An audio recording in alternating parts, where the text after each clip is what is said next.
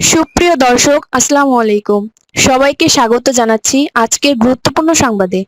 প্রথমেই জানিয়ে দিচ্ছি সংবাদ শিরোনাম, পরে বিস্তারিত।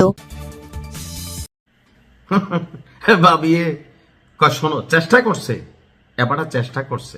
যখন আওয়ামী লীগ ক্ষমতায় ছিল আমার বঙ্গবন্ধু বইলা লোল ফালাইছে। আবার যখন আওয়ামী লীগের ক্ষমতা থেকে গেল, তারা আন্দোলনটা কইরা একটা ক্ষমতার দিকে ধাবিত হইল, উড়াই নিল কদিন ডায়লগ মাইলগ দিয়া। মাসাল্লাহ হজদা করে আইসা টুপিটা লাগাইছিল, পাঞ্জাবিটা ফুরছিল, নির্বাচনের আগে এরকম একটা বেশভূষা ধরে। কিন্তু দিন শেষে সার্জিসকে মানুষ প্রত্যাখ্যান করে বসে। আমি যখন নিউজটি করছি, এখানে আপনারা জানেন যে আমি যদি একটু স্পেসিফিক বলি, পঞ্চগড় 1 আসনে 155টি ভোট কেন্দ্রে ভোট হয়েছে আজকে। এর মধ্যে আমি যখন নিউজটি করছি 72টির প্রাথমিক ফলাফল চলে এসেছে, অর্থাৎ 48% ভোট কেন্দ্রের খবর আমরা পেয়ে গেছি, ফলাফল। তো এতে কি বলছে, বিএনপি যিনি আছেন মনোনীত প্রার্থী নওশাদ জমির, তিনি ধানের শীষ প্রতীকে 89,120 ভোট পেয়েছেন। 89,120 ভোট। তো সার্জিস কত হয়েছে? তার নিকটতম প্রতিদ্বন্দ্বী জাতীয় নাগরিক পার্টির উত্তরাঞ্চলের মুখ্য সংগঠক 11 দলীয় জোটের প্রার্থী সার্জিস আলম শাপলা কর্তৃকে পেয়েছে 71,570 ভোট।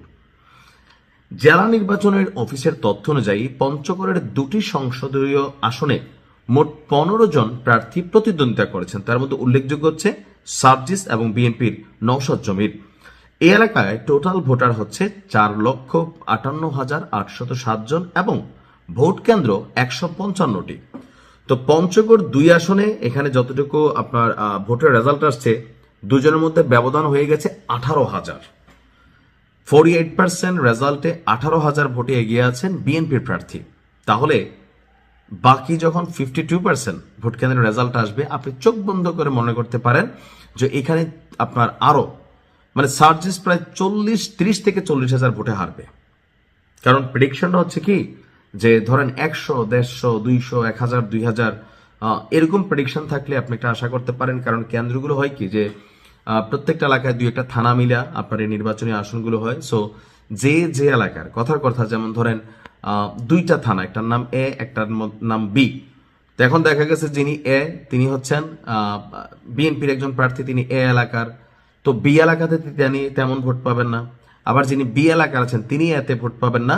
বাট এই ভোটের ব্যবধানটা খুব বেশি হয় না। কিন্তু যখন আপনার দেখা গেছে 72টার মধ্যেই প্রায় 18-20 হাজার ভোটে সার্জিস পিছিয়ে গেছে, বাকিগুলোতে সে পিছিয়ে যাবে। তবে একটা কথা কি, আমার মনে হয় যে এনসিপি কে মানুষ অপছন্দ করার পিছনে যেই কয়েকটা ক্যারেক্টারের দ্বিচারিক চরিত্র জনমনে প্রশ্ন তুলেছে, পাকনা পাকনা কথার মধ্যে সার্জিস অন্যতম ছিল। কারণ ও যে আওয়ামী লীগ সরকারের সময় এরা কিভাবে মিশে গেছে, কিভাবে লোল টোল ফালাইছে, কিভাবে স্টেটাস দিছে, আবার এই মানুষগুলাই যখন সরকার পরিবর্তনের পর বা এই আন্দোলনের মুখ্য নায়ক হিসাবে ভূমিকা পালন করছেন, কপালে কপালে ডিবি হারুনের অফিসে কিন্তু বিরিয়ানি টিরানি খাইয়ে স্টেটমেন্ট বদলাই ফেলছিল। আমরা জানি এটার পিছনে জামাত তাদের কি বলে যে দক্ষতার মাধ্যমে সরকারের পতন করাইছে, তারা সামনে চলে আসছিল, নয়তো এই সার্জিসকে বাত্তি দিয়ে খুঁজে পাওয়া যেত না। তারপরেও এনসিপির একটা প্রভাবশালী অবস্থানে সে আছে, দেখা যাক কি হয়।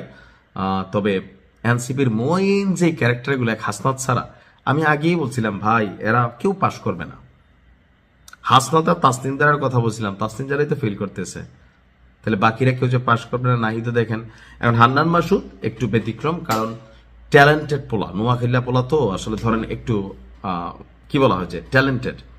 সে প্রথম থেকে টেকনিক্যালি কাজ করছে তার এলাকার জন্য, আর মানুষ বুঝছে যে না একটা ভিন্নতা আসবে। দেখা যাক কি হয়। ভালো থাকুন।